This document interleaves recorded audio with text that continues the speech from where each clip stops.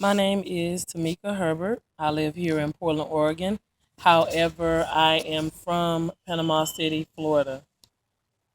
I would have to say that my story of resilience first began with my diagnosis of breast cancer at the age of 36 years young on October 31st, 2013.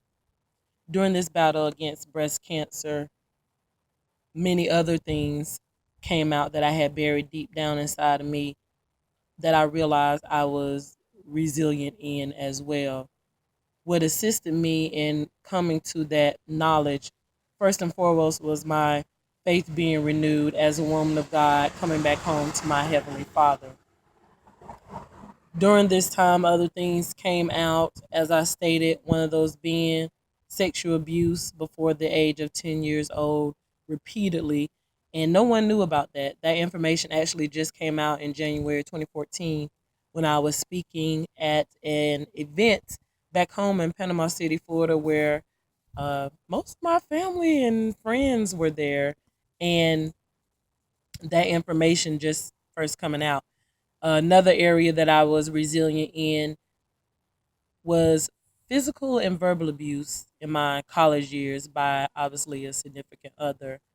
I think that some of these things that I have endured, especially breast cancer, being 36 years young, I didn't find anyone who really looked like me who was that age, to me that was so young, who were open and willing and talking about these things, that we weren't keeping silent about it.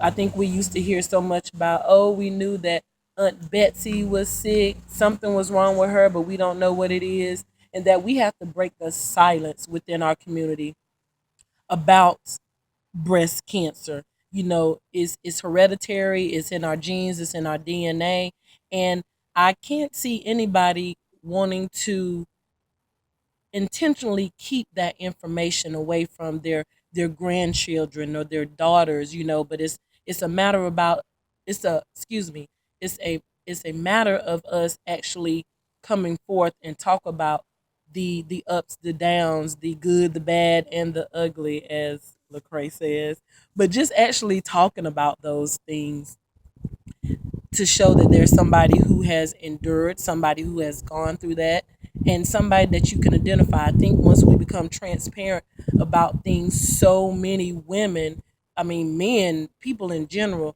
breast cancer, any kind of cancer, sexual abuse, physical abuse, and oh, pride. I was so prideful.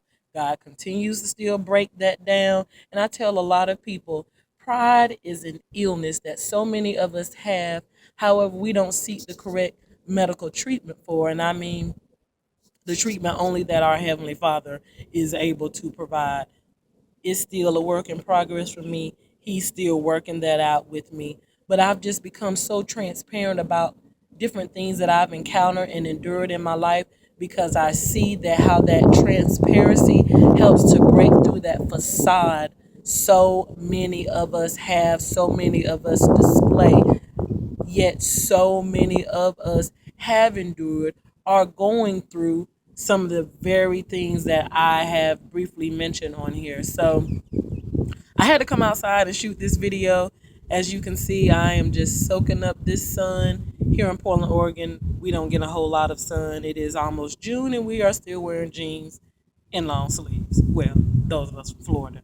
So anyway, if you don't reach me within 24 hours, I am actually getting ready to prepare for a surgery. So I got this information to do this from somebody who has been pushing me to tell a little bit of my story, being obedient to what I know that I have been told I'm supposed to do. Again, it's that pride. I told y'all I'm a work in progress.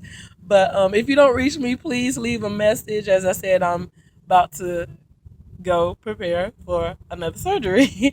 So I might be a little bit out of it, but hopefully I will hear from you, and God bless, love and blessings. Toodles.